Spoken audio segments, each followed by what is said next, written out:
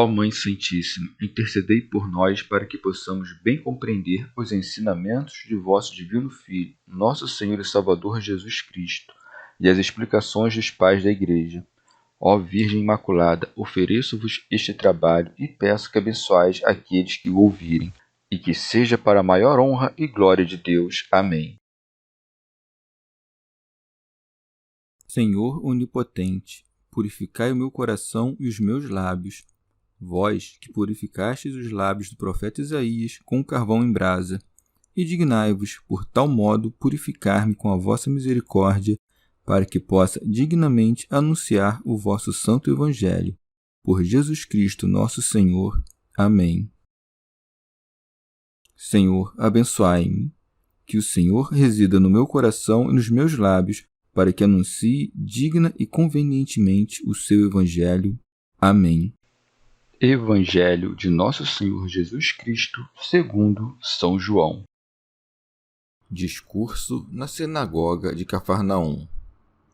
Jesus lhes respondeu: Não murmureis entre vós. Ninguém pode vir a mim se o Pai que me enviou não o atrair, e eu o ressuscitarei no último dia. Está escrito nos profetas, e todos serão ensinados por Deus. Quem escuta o ensinamento do Pai e dele aprende, vem a mim. Não que alguém tenha visto o Pai, só aquele que vem de junto de Deus viu o Pai. Em verdade vos digo, aquele que crê tem vida eterna. Eu sou o pão da vida. Vossos pais no deserto comeram o maná e morreram. Este pão é o que desce do céu para que não pereça quem dele comer. Eu sou o pão vivo descido do céu. Quem comer deste pão viverá para sempre. O pão que eu darei é a minha carne para a vida do mundo. Comentários dos Pais da Igreja. Santo Agostinho. Assumiu a carne dos homens, mas não a maneira dos homens, porque, tendo o Pai no céu, escolheu sua mãe na terra. Lá nasceu sem mãe, aqui nasceu sem pai. Murmuravam, pois, dele os judeus. O que responde aos murmuradores? Não murmurareis entre vós. Ninguém pode vir a mim se o Pai que me enviou não o atrair. Como dizendo: Sei por que não sentis esta fome e por que não compreendeis nem buscais este pão. Grande elogio da graça. Ninguém vem se não é atraído. A quem atrai e a quem não atrai? Não deves julgar se não queres errar. Aceita-o e então entenderás. E se ainda não foste atraído, ora para que sejas. São João Crisóstomo. Insurgem-se aqui os maniqueus, dizendo que nada é deixado à nossa liberdade. No entanto, isso que é dito não destrói o que há em nós, mas mostra como nós necessitamos do auxílio divino. Com efeito, mostra aqui que não se refere àquele que vem obrigado, mas àquele que vence muitas contrariedades. Santo Agostinho. Se, apesar de nós mesmos, somos atraídos a Cristo, segue-se que, apesar de nós mesmos, cremos. Logo, não é despertada a nossa própria vontade, mas usa-se de violência contra nós. Ora, é possível entrar na igreja não querendo, mas não é possível crer não querendo, porque com o coração se crê para a justiça. Por conseguinte, se aquele que é atraído vem obrigado, então não crê, e se não crê, então não vem, porque não caminhamos em direção a Cristo andando, mas crendo, nem nos aproximamos dele movendo o corpo, mas pela vontade da alma. Portanto, és atraído voluntariamente.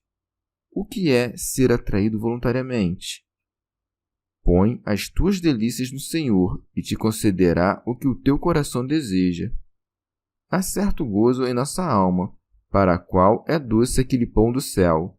Além disso, se foi lícito ao poeta dizer que o prazer de cada um é o que o atrai, com quanto mais razão não deveremos dizer que o homem é atraído a Cristo quando põe as suas delícias na verdade, na santidade, na justiça e na vida eterna. E tudo isso é Cristo. Os sentidos do corpo têm seus prazeres. Porventura, carecerá o espírito dos seus? Dá-me um homem que ama, um que deseja, um que é fervoroso, um que tem fome, um que anda com esta solicitude, que tem sede e que suspira por chegar à fonte da vida eterna. Ele saberá do que falo, porque o Senhor quis dizer que o Pai que me enviou o atraia. Se devemos ser atraídos, sejamos por aquele a quem diz o amante: leva-me atrás de ti. Mas vejamos como deve-se entender essa sentença. O Pai atrai ao Filho aqueles que creem no Filho, porque sabem que ele tem a Deus como Pai, pois Deus Pai gerou o Filho igual a si. Quem pensa e crê na fé e examina que o Filho é igual ao Pai em quem crê, é atraído pelo Pai ao Filho. Ário pensou que era apenas uma criatura. O Pai não o atraiu. Fotino disse que Cristo é somente homem, e como acreditou nisso, o Pai não o atraiu. Atraiu a Pedro, que disse: Tu és o Cristo, o Filho do Deus vivo. Por isso ele respondeu: Não foi a carne e o sangue que te revelaram isso, mas meu Pai que está nos céus. Essa revelação é a própria atração. Se as delícias terrenas atraem aqueles que amam tais coisas, Cristo revelado pelo Pai não atrairá? Que outra coisa deseja a alma mais que a verdade? Mas aqui os homens têm fome, lá serão saciados.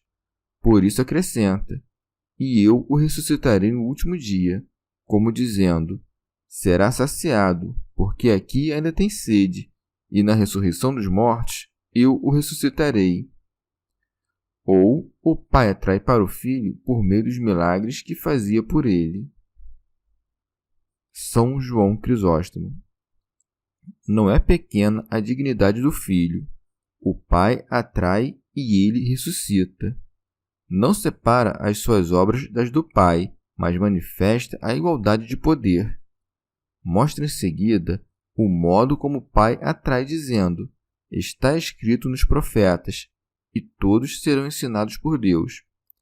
Vês aí a dignidade da fé, uma vez que não a deves aprender dos homens, mas do próprio Deus. Com efeito, o Mestre se senta diante de todos, disposto a dar tudo o que é seu, derramando sobre todos a sua doutrina. Ora, se todos são ensinados por Deus, como alguns não creem? Porque todos significa aqui muitos, ou ainda, todos os que querem. Santo Agostinho. Ou de outra forma, assim como falamos corretamente quando dizemos do único professor que ensina a ler e escrever em uma cidade, ele ensina todos aqui a ler e escrever, não porque todos aprendam, mas porque nenhum dos que aprendem aí aprendem senão dele. Assim também dizemos corretamente que Deus ensina todos a vir a Cristo, não porque todos venham, mas porque ninguém vem de outro modo. Ou ainda, todos os homens daquele reino serão ensinados por Deus e não ouvirão essas coisas dos homens.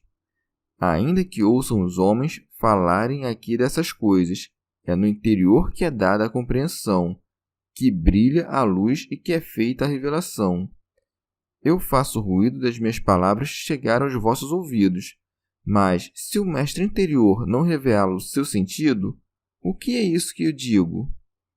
O que são as minhas palavras? O Senhor diz, pois, e todos serão ensinados por Deus, como dizendo: como podeis conhecer-me, judeus, sendo vós aqueles a quem o Pai não ensinou? São Beda. Diz no plural, nos profetas, porque todos estavam cheios de um mesmo espírito. Ainda que profetizassem coisas diferentes, dirigiam-se a um mesmo fim, sendo todos concordes entre si, como com relação ao profeta Joel, que diz: todos serão ensinados por Deus. Comentário de São Tomás de Aquino em forma de glosa. Isso não se encontra em Joel, mas algo semelhante. Com efeito diz: Filhos de Sião, exultai e alegrai-vos no Senhor vosso Deus, porque ele vos dará um doutor. Encontra-se de maneira mais expressa em Isaías, onde é dito: todos os teus filhos serão instruídos pelo Senhor. São João Crisóstomo. O que de fato é importante, pois antes aprendiam por meio dos homens as coisas que dizem respeito a Deus, mas agora aprendem pelo Filho único de Deus e pelo Espírito Santo. Santo Agostinho. Todos os que são ensinados por Deus vêm ao Filho, porque ouviram e aprenderam do Pai pelo Filho. Por isso acrescenta: quem escuta o ensinamento do Pai e dele aprende, vem a mim. Se aquele que ouviu as coisas do Pai e aprendeu vem, todo aquele que não vem não ouviu e não aprendeu. Essa escola onde o Pai é ouvido e ensina que se vá ao Filho está muito distante dos sentidos corpóreos. Isso não é realizado pelos ouvidos da carne, mas pelos do coração, onde está o próprio Filho, pois ele é o Verbo pelo qual o Pai ensina. Lá está também o Espírito Santo, porque aprendemos que as operações da Trindade são inseparáveis. Contudo, isso é atribuído principalmente ao Pai, porque dele procedem o Filho e o Espírito. Assim, a graça que é concedida pela generosidade divina aos corações humanos, por caminhos ocultos, não pode ser desprezada pelo coração endurecido, uma vez que o seu primeiro movimento é remover a dureza do coração. Por que então não ensina a todos que venham a Cristo, senão porque, por misericórdia, ensina aqueles a quem ensina, e, por um justo juízo, não ensina aqueles a quem não ensina? Se disséssemos que aqueles aos quais não ensina querem aprender, responderá: e onde estão quando se diz: porventura não vos tornarás a dar a vida e o teu povo não se alegrará em ti? E se Deus não faz que aqueles que não querem passem a querer, por que a igreja ora pelos seus perseguidores conforme o preceito do Senhor? Com efeito, ninguém pode dizer: acreditei para ser chamado. A misericórdia de Deus vem em primeiro lugar, e o homem é chamado para então crer. Eis como o Pai atrai pelo ensino da verdade, não por uma imposição necessária. Com efeito, o atrair é próprio de Deus. Quem escuta o ensinamento do Pai e dele aprende, vem a mim. Que diremos então? Cristo nada ensinou? Como é possível se os homens não viram o Pai como mestre, mas o Filho? O Filho, pois, falava, mas o Pai ensinava. Com efeito, se eu, sendo homem, ensino aquele que ouve minha palavra, o Pai também ensina aquele que ouve a sua palavra. O próprio Senhor explica isso e esclarece o que disse, acrescentando em seguida: não que alguém tenha visto o Pai, só aquele que vem de junto de Deus viu o Pai. Como dizendo: não aconteça que, quando digo que todo aquele que ouve e aprende do Pai vem a mim, digais entre vós: nunca vimos o Pai, como podemos aprender dele? Ouvi de mim mesmo. Eu conheci o Pai, venho dele, do mesmo modo que a palavra vem daquele que a profere, não porque soa e passa, mas porque permanece com quem a profere e atrai quem a ouve. São João Crisóstomo. Todos nós viemos de Deus. Não mencionou aqui o que pertence de maneira precípua e própria ao Filho, por causa da fraqueza dos ouvintes. Santo Agostinho. O Senhor quis revelar o que ele é. Por isso diz: em verdade vos digo, aquele que crê tem vida eterna. Como dizendo: quem crê em mim, tem a mim. O que é, pois, ter a mim? É ter a vida eterna. Com efeito, o Verbo, que no princípio estava junto de Deus, era a vida eterna, e a vida era a luz dos homens. A vida assumiu a morte para que a vida destruísse a morte. São João Crisóstomo. Como a multidão estava pedindo-lhe o alimento corporal, o Senhor, recordando-se do alimento que fora dado aos seus pais, a fim de manifestar que tudo aquilo não era senão uma figura da verdade que tinham diante de si, faz menção do alimento espiritual dizendo: eu sou o pão da vida. Chama-se a si mesmo pão da vida, porque contém em si toda a nossa vida. tanto a presente como a futura. Santo Agostinho. Como eles se ensoberbecem por causa do maná, acrescenta: vossos pais no deserto comeram maná e morreram. Por essa razão, são vossos pais, porque sois semelhantes a eles. São murmuradores os pais de filhos murmuradores. Com efeito, é dito que em nada aquele povo ofendeu tanto a Deus quanto por sua murmuração. Por essa razão, morreram, porque acreditavam somente no que viam. Quanto ao que não viam, não acreditavam nem compreendiam. São João Crisóstomo. Não é sem razão que acrescenta: no deserto, indicando que não foi longo o período durante o qual foi concedido o maná e que este não chegou com eles à terra prometida. Mas como lhes parecer que o pão dado por Cristo era menor que o que fora dado aos seus pais, ainda porquanto este descia do céu, enquanto aquele que por milagre era produzido na terra desceu do céu, ele acrescenta: este pão é o que desceu do céu. Santo Agostinho. Aquele pão foi prefigurado pelo maná. Este pão era prefigurado pelo altar de Deus. Ambos eram sacramentos. São diversos quanto às figuras, mas são iguais quanto às coisas que significam. Ouve o que diz o apóstolo: todos comeram do mesmo alimento espiritual. São João Crisóstomo. Depois lhes mostra o que mais os poderia persuadir: que tinham sido elevados a uma dignidade muito maior que a dos seus pais, os quais, comendo maná, morreram. Por isso acrescenta: para que não pereçam quem dele comer. Por fim, manifesta a diferença entre ambos os pães. Nesta passagem, chama pão a doutrina salvífica e a fé que se deve ter nele, ou no seu corpo. Com efeito, todas essas coisas conservam a alma. Santo Agostinho. Mas nós, que comemos do pão que desceu do céu, não morremos?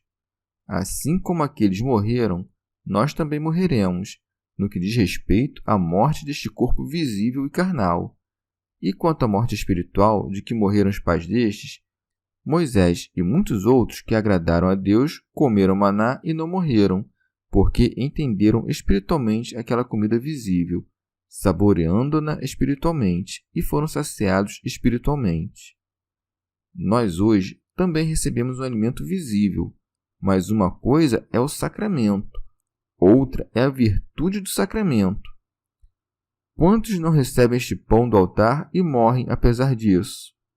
Por isso diz o apóstolo, que come e bebe a própria condenação. Portanto, comei o pão do céu em espírito e trazei a vossa inocência diante do altar, que os pecados, embora sejam diários, não sejam mortais. Antes de vos aproximardes do altar, prestai atenção ao que dizeis: perdoai-nos as nossas dívidas, assim como nós perdoamos aos nossos devedores. Se perdoas, ser-te-ão perdoadas. Aproxima-te com confiança. É pão, não veneno. Quem comer deste pão não morrerá, mas isso é dito a respeito da virtude do sacramento, não do sacramento visível, isto é, de quem comer interiormente, não exteriormente. Alcuíno. Por isso, não morre quem come deste pão, porque eu sou o pão vivo descido do céu. Teofilacto Diócrida. Por essa razão, o Senhor encarnou-se. Portanto, é falso que tenha sido primeiro só homem e depois tenha assumido a divindade, como diz na história. Santo Agostinho. Também o maná desceu do céu, mas o maná era a sombra, e este pão é a realidade. Minha vida é a que vivifica. Por isso segue: quem comer deste pão viverá para sempre. Alcuíno. Não viverá apenas no tempo presente, mas pela fé e pela justiça, mas eternamente. Santo Agostinho. O Senhor explica a seguir por que se chama a si mesmo pão, não somente no que diz respeito à divindade, que nutre todas as coisas, mas também no que diz respeito à natureza humana, que o Verbo de Deus assumiu quando acrescenta: o pão que eu darei é a minha carne para a vida do mundo. São Beda. O Senhor deu esse pão quando entregou aos seus discípulos o mistério do seu corpo e sangue, quando se ofereceu a Deus Pai no altar da cruz. Quando diz para a vida do mundo, não devemos entender para os elementos, mas para os homens que são chamados pelo nome de mundo. Teofilacto Diócrida, dizendo que eu darei manifesto seu poder, porque não foi crucificado como servo do Pai e menor que ele, mas voluntariamente. Com efeito, ainda que se diga que foi dado pelo Pai, ele entregou-se a si mesmo. Vê, pois, como o pão que recebemos no sacramento não é figura da carne de Cristo, mas é própria e verdadeiramente a carne de Cristo. Com efeito, não disse, o pão que darei leva a imagem do meu corpo, mas é minha própria carne. Este pão se transmuta pelas palavras inefáveis, pela bênção mística e pela habitação do Espírito Santo no corpo de Cristo. Por que não vemos seu corpo? Porque se víssemos, seríamos tomados de terror ao recebê-lo. Por essa razão, acomodando-se à nossa fraqueza, esse alimento espiritual nos aparece da maneira que convinha à nossa condição. Entregou a sua carne para a vida do mundo, porque morrendo destruiu a morte. Também vejo nas palavras, pela vida do mundo, a ressurreição, porque a morte do Senhor concedeu a ressurreição universal a todo o gênero humano. Também, talvez, chamou vida do mundo a vida que consiste na santificação e na perfeição segundo o Espírito. Com efeito, embora nem todos tenham recebido a vida que está na santificação e no Espírito, o Senhor entregou-se pelo mundo, e na medida em que o mundo está nele, todo mundo se santificou. Santo Agostinho. Como poderá a carne compreender que a carne seja chamada pão? Os fiéis, porém, conhecem o corpo de Cristo se estão empenhados em ser o corpo de Cristo. Façam-se o corpo de Cristo se querem viver do Espírito de Cristo. Com efeito, do Espírito de Cristo não vive senão o corpo de Cristo. Ou por acaso o meu corpo vive do teu Espírito? O apóstolo dá a conhecer este pão dizendo: formamos um só corpo, nós todos que participamos do mesmo pão. Ó sacramento de piedade, ó sinal de unidade, ó vínculo de caridade! Aquele que quiser viver, se aproxime, creia, se incorpore, e então receberá a vida. Chegamos ao fim de mais um dia de comentários da Catena Áurea. Muito obrigado por ficarem até aqui, que Nossa Senhora derrame suas graças sobre nós, e até amanhã.